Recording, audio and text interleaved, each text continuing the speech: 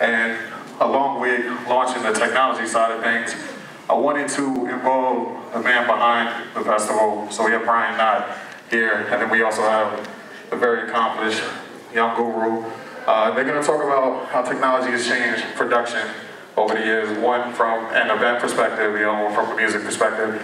But before we jump into that, I have one of our partners and sponsors in the room. I have Sharon from Derbywire, and she's going to give you guys a little bit of information about the Derbywire app and what it does and how to get it. Here you go. Hello, how's everybody doing today? All right, all right. Good, good. Well, my name is Sharon Battle. I'm the founder and CEO of Derbywire. It's I would call it a mobile social marketplace for creatives. So one thing about us, we actually started here in Atlanta, and we were chosen to be a part of an accelerator in Silicon Valley back in August of last year. Being a part of the accelerator, we were able to go out there and actually get mentored by some really great folks. Executives from Twitter to Facebook to Dropbox, you name it. And so after that experience, we came back here, finished the product, and we have created an awesome product for creatives. So people like you. So for example, a music artist. If you're a music artist, you can literally upload your content, your music album or your single, set a price to it, and promote it within the marketplace. Now, you can do that in other communities as well too, but how we differentiate ourselves is that you can get you basically get paid real time. So when someone purchases your content, you can make purchases via mobile, but also the owner of that content can get paid for that content real time in their bank account. So there's no waiting per quarter, etc. And also you own your content. So we're not trying to have control over your content. Now one reason why we did this is because, you know, us as creatives, whether you're a music artist, a photographer, a designer, we've gotten a lot of stuff stolen from us. By trade, I'm a professional designer as well too, amongst some other things that I do. But one thing that I learned is that when I would create something, I would create it and then I may post it on Facebook, and people would get really excited. So for example, I created some packaging, a packaging design for beer. And one guy, he was like, you know what, Sharon, I really like to start my own beer company. And I was like, wow. He said, I love the packaging that you uploaded on Facebook. He said, is that for sale? And so a light bulb went off in my head. I was like, wow, you know, there's not really a platform out there that will allow people to be entrepreneurs and just kind of go out there and you know, for people to get motivated to just go out there and do it on their own. So now there is an ecosystem to do that. And it's taken us roughly 3 years to do it. We've gotten a patent on it, and we're still expanding on the product line. But take advantage of it. Go check out the mobile app. It's called Derbywire. And if you guys have any questions, we're here throughout the whole event. There is a contest going on as well too. We're giving away a free Samsung 3 for those that have the best photos and videos, and then music artists that are that want to upload some of their content, and for people to download and sell. We're also giving away some pretty cool headphones. So enjoy the event here, and I'm going to hand this over to the panel. Thank you. So guys, we're going to go ahead and get started with this A3CxTech crosstalk with Brian Knott and Young Guru. A little shortly afterwards, we'll have a question and answer session. All right, enjoy. I suppose I'm the host, so I should welcome you here. Absolutely. I'm not hosting. I can't tell you how much I appreciate the fact that you're here. When we started our event 9 years ago, there wasn't even an inkling that we would grow to become what we have. And one of the things for us is we really, when we started, we were guys that ran something like we were running out of the trunk of our car, probably like a lot of y'all, as far as how you're doing your thing, just hustling, touching the people who you know, touching the people that they know. And one of the reasons that I wanted to do this and be involved in it, because I'm not a stage and microphone guy. You know, I think that's left to a lot of y'all who are a lot better than me. I like to be a behind the scenes guy. But I feel so passionately about a number of things. One, about how the trajectory of A3C has been affected by technology. And two, about how technology, not only as artists, but as activists and as people, can both bring us together and level the playing field. And in not just, you know, indie major and a lot of the arguments that you hear in different rooms, but that can kind of combine us. Because I think we talk about social media and things like that, I think it's this idea of the social aspect of it, right? It's this idea of being able to bring people together, right? Right. It depends on sort of what you mean by together, right? And that's the realest thing. Like when I look at, and not to be long-winded, but you have to understand like how I think when I'm looking at certain things, right? Like some of us that are, I'm almost 40, right? I'll be 40 in February. So I've had the privilege of watching technology develop ever since I started paying attention to it, maybe in like 82, 83 as a kid. So as you see things develop, you start to see different patterns, right? But everything is just not good or bad.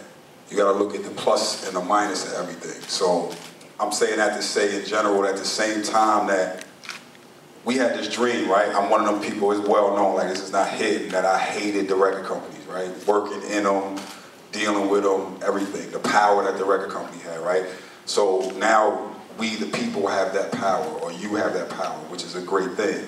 But at the same time, the internet, that is supposed to bring people together, and sometimes it really separates a bunch of people because of the fact that people have phantom friends or phantom fans, if you understand what I'm saying. So you have to really get into how to harness the power of that social network. And in the same time that we revel at the beauty of it, and the fact that we took away certain power, we got to start to realize what that brain is and how to completely utilize what it's doing. Yeah, and I think that's the thing, is the point you're making before is whether or not you have these phantom people, right? If you have, you know, we have however many followers there are on Twitter, and how many of those people are we engaged with, right? And at the end of the day, I think for us, one of the things that drives what we do as an event is the ability to bring all these people together in one place and create the opportunity for them to bump into each other. Now we're using social media to start that ripple effect, right? For us, it's saying, you know, I'll go on and I operate our Twitter mostly. I don't operate the stuff that says, you know, we're doing this at 5 o'clock, someone else does that. But generally, when there's a comment on there that's, you know, personal in nature, that's me. And I take that very to heart, because I feel like at the end of the day, as the founder of this event, I hope that it reflects my values, my morals, my ideals as a hip-hop head, and my personality. And it's that process of saying, like, I'm going to reach out to G and say, you know, thanks for coming. And then that's going to then subsequently touch his people and his ripple effect. But is it going to do it if we're doing something meaningful and we're having a conversation, we're starting a conversation over Twitter? If I'm sitting there and I'm saying, you know, that Guru's going to come and sit over at SAE and he's going to do this 3-question session, right? And what do you want to ask Guru? What would you ask Guru if you could ask him a question? Now that starts this conversation. Now he's watching that and says, man, that's interesting, I never thought about that. And then he answers that question. And now we're using social media in a way that brings us together. And I think that power is so cool. And for so many people, I think those guys that are sitting looking at the screen, that don't then come somewhere like this and then have that interconnectivity that then pulls it all the way through. Because at the end of the day, I say, this is good, I ask you a question, you answer a question. Right. That's not a relationship. Right. And it's the difference between meeting somebody in person and just knowing them over the internet, right? Which is also the reason why, that's what I'm trying to stress. It's like, no, you're not going to meet every single one of your fans, But there's a difference between getting up and performing in front of people and touching fans that way. You stay connected to them through the social network. But just because you have a certain amount of followers doesn't guarantee anything. You know what I mean? And that's the main point that I'm trying to drive home, is you still got to put in that day-to-day work, because these people are just, by following, that means they're interested. Yep. But does that mean that they'll put down $10? Right.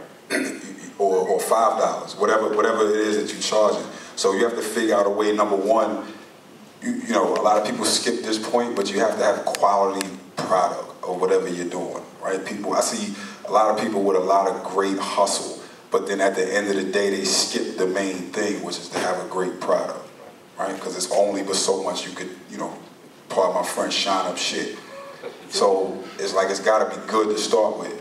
But then once you have that product and once you put it in the marketplace, it's like, okay, before this technology, the fight was to get to some record company that could promote you to the people so that millions of people could know you. Or if it wasn't through a record company, you would try somehow to get to a radio station, because that was millions of listeners at one time, right? Again, the fact that we have that power now to just make our own blog, to put our own music out, means that every single person in this room has a blog and has music in their pocket, right? So is that many more people competing for the same space? So what are you doing that's going to make your thing interesting? What are you doing that's going to set you above the people? What are you doing to get people into your personality? You know, I tell artists all the time, like, I love to hear songs, but I'd rather you wait and make good songs instead of, we have this thing now where we just have to, and it comes from this thing where people are like, I have to remind people who I am. They can't forget. I gotta put something up on the internet at least, you know, twice a month.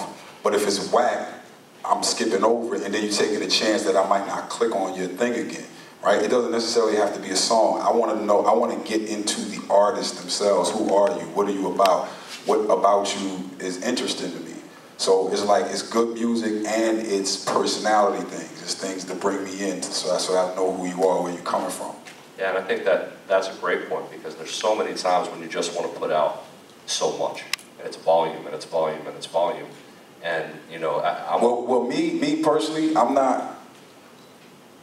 I'd rather have a couple of good songs. Well, no, I didn't mean you personally. Yeah, no, I'm not talking about me. I'm talking about when I'm listening. I'm talking about me discovering someone else, right? If you're trying to gain my interest as a fan, I don't want to hear 10 okay freestyles versus one really good put together song. That one really good song will ride with me for a long time and make me a fan of yours versus like 10 freestyles over whatever the latest beat is.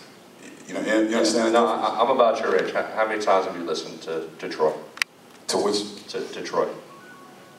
Probably 50 million. Yeah. Yeah, that's about how many times. It's probably uncountable. Yeah, that's and Well, it only takes one record. You're right. It only takes one record to really get you there, right? Once you get that one record, but then it's like, okay, once you get there, what do you have to sustain while you're there? Absolutely. But it's that, to your point, I think it's someone, I won't point him out in the room yesterday, was making a great point. You know, Knott was talking about the craft, and a lot of the craft is lost because you don't have to go through the apprenticeship period no more. Right. So right? It was an apprenticeship period. That's what we used to call it. Right? Just by nature, the apprenticeship period, especially if you wasn't from one of these major metropolitan cities, which I wasn't. Right? I'm from Wilmington, Delaware. So that's me, like, going to Philly and trying to figure out where Jazzy Jeff is playing in somebody's basement. Yep. To go watch him, or to bug my man because he's a cousin to Cash Money to go watch him, right? It was an apprenticeship. Like, you could not even think about being on the set unless you was known already, period. And it took time to do that. And it took time to, like, save up to buy equipment. And then once you bought the equipment, then you had to figure the equipment out. Then this is like months and months and years sometimes. Or people forget that, like, somebody starts at 5 years old with a violin in their hand with a dream of being in the New York Philharmonic, and it doesn't happen until they're like 19, 20 years old. Now people spend $200 on Logic, and they like, I got 50 beats next month. Yeah. No, that's exactly right. And it's that stepping through right? If you were gonna be a great basketball player, you play basketball, and you have to play and play every day, and keep working at it before you're a great basketball player, right? There's that kind of intangible gift from God, right? That comes from, but then. Yeah. But then there's the part of it that is every kid's experience where you go to summer camp and everybody starts doing these drills and it's right and it's left and you start learning plays. I don't care how good you are, basketball is a learned game. You have to know how to play with 5 people. You have to realize that when you see the 2-3, okay, we're supposed to attack this 2-3 like this. When you want to play organized basketball, you could be and one all day, right? You could do all this, but when you get into the game and you want to make it to the NBA, there's things you need to know. Right, and that takes time. That takes time. So the same thing with music, right? It's things you need to know. And I'm not even necessarily coming at it on the level like you need to learn chords and you need to learn, which you should, right? But I'm not saying that that's necessary. I'm saying your craft, whatever it is that you do, you should be studying that and knowing, and especially now that you have such a rich history of people that have done it before. One of the main things that messes me up when I sit down to make beats is that I could go anywhere. It's so much in my head of what has been done before that I'm like, all right, if I do this, I'm biting, I sound like this person, I sound like that person, I sound like that person, or, you understand what I'm saying? Because of the study, so it's trying to make something different. Otherwise, you're just gonna sound like everybody else. Like, you realize how much could be done with the 16T and the 16 triplet, but everybody keep doing the same exact thing. Like, you could murder that sound. It could be a million different versions of trap music, but everybody do the same thing. Well, and it's one of those things, too, on my side of things, I can't tell you how many, the email I get 35 times a day is, how do I get on stage? How do I perform? How do I play? How do I do this? And my response, probably, some of y'all in the room probably got this response, is come here and be here first.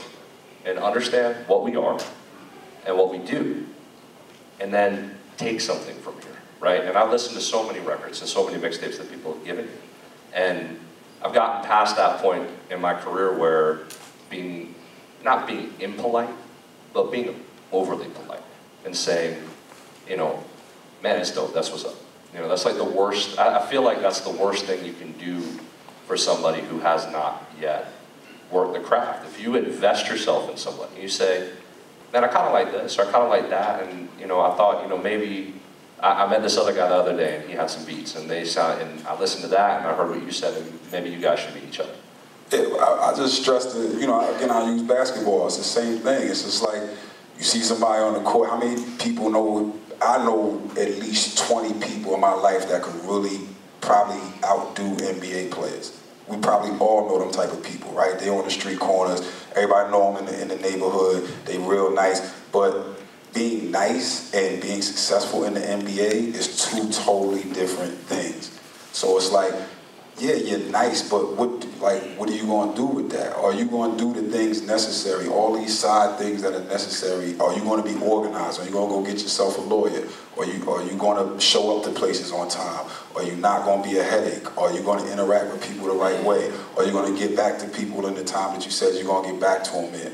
Are you, just in general going to be a square person? Are you going to take your craft that serious that it's bugged out to me when dudes have shows and they don't rehearse. Oh yeah. And I'll be like, what are you doing? I don't care what level you're on. It doesn't take, but you know what I'm saying, your living room and a CD player or your computer to rehearse. And I'm not saying like rappers got to get up there and do choreographed dance steps. I'm saying like the fact that first of all, okay, if we a crew and we dead serious about this, the first thing I'm gonna do is turn around and tell all my friends, this is not the hangout, get on camera time, right? Get the hell off the stage.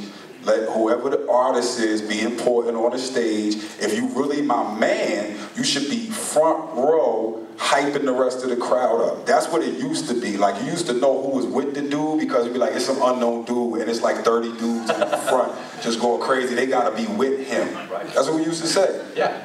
It wasn't about being on stage because then we not all focused on the same thing or we're not taking it that serious. It's some play like, okay, we rap. Yeah, no, I think that's just an amazing point because I saw a couple years ago was the first time we invited a guy named John Connor here who just in the past couple of weeks signed a record deal. And he ain't just signed a record deal, he signed an aftermath. Yeah, he signed a real record. But the first time he came here, he came here on the strength of a record, not on a show. And the first time he came here, he did the show, and we watched what his people did, and how he traveled, and how he worked, and how his people worked his room, and then how his room went off.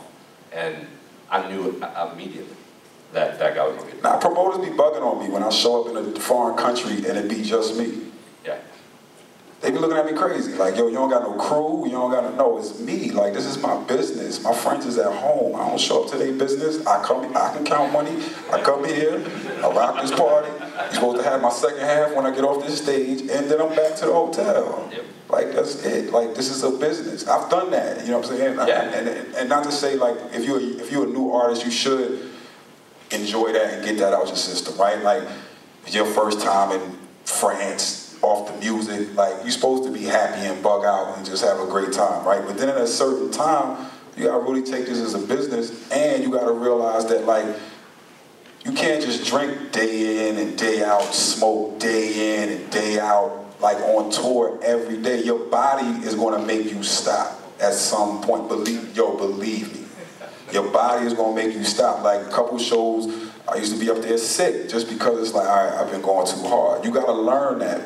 You understand? But that's what I mean by, like, the difference between being nice on the court, in the neighborhood, and doing that in the NBA. Like, can you really do that many times a year, back to back to back, and travel, and pass the girl, little groupies in the lobby, and, like, this is all real rap. This is all, like, dudes be getting caught up over this. This is what differentiates the successful people from the guys that's like, yo, he's nice. Yeah, no, and over the course of this week, I will at some point or another talk to 400 plus people who are on stage, and it runs the gamut. But I can tell you, just from as a cross section, you can tell the people who will long-term be successful. And when you meet the people who have long-term been successful, you understand immediately why. In the way that they interact, the way we deal with them. The people who continually come back here, year over year, because they're able to take what we do and turn it into something that is then subsequently valuable for them.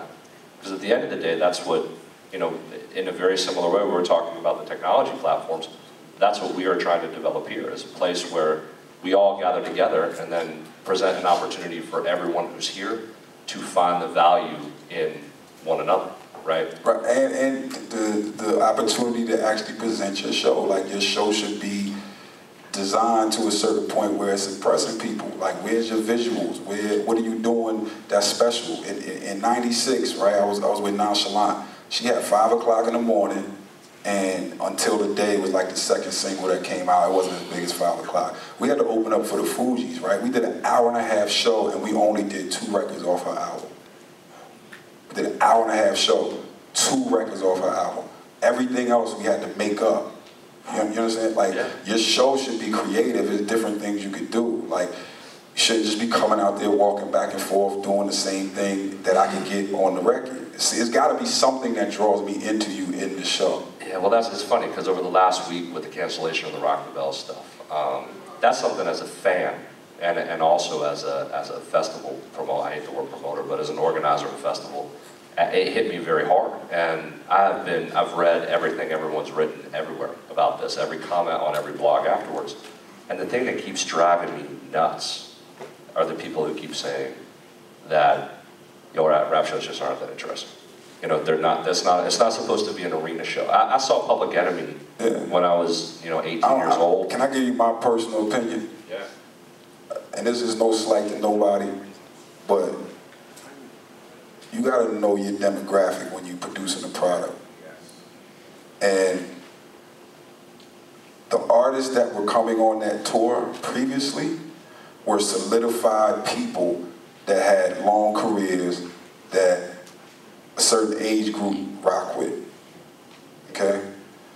And if I can't get that experience, if I gotta sit through a bunch of dudes that's like, okay, he got 1 record, he's hot right now, he got 1 record, he's hot right now, because you're trying to gain this bigger market, then you're gonna realize that these kids don't use their disposable income the way an older generation uses their disposable income.